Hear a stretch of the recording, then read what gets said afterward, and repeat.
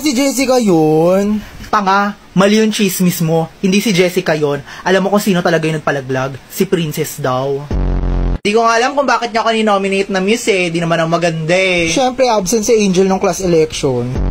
Guys, may announcement ako. Hindi muna natin bibilihin yung 3 electric fan. La, bakit? 4th grading na. Pero bibilin rin natin yun soon. La, bakit nakariband ka na? May kulay pa yung buhok. Hala, ang init tuloy. Labas mo class fans natin! Ano? Hala, di ba yun yung mga influencer na nagpa-meet and greet ng pandemic? Hi! Tingnan mo yung Angel, oh, ang cute. Hoy! Ano yan? Ganto pala sa Maynila. Maingay. Mausok. Puno ng pangarap. Kaya nasa stopover pa lang tayo. Cavite pa lang to, hindi to Maynila. Kamusta naman kayo ni Lola dyan? Eto nak, okay lang kami ng lola mo. Mag-aral ka mabuti dyan, ha?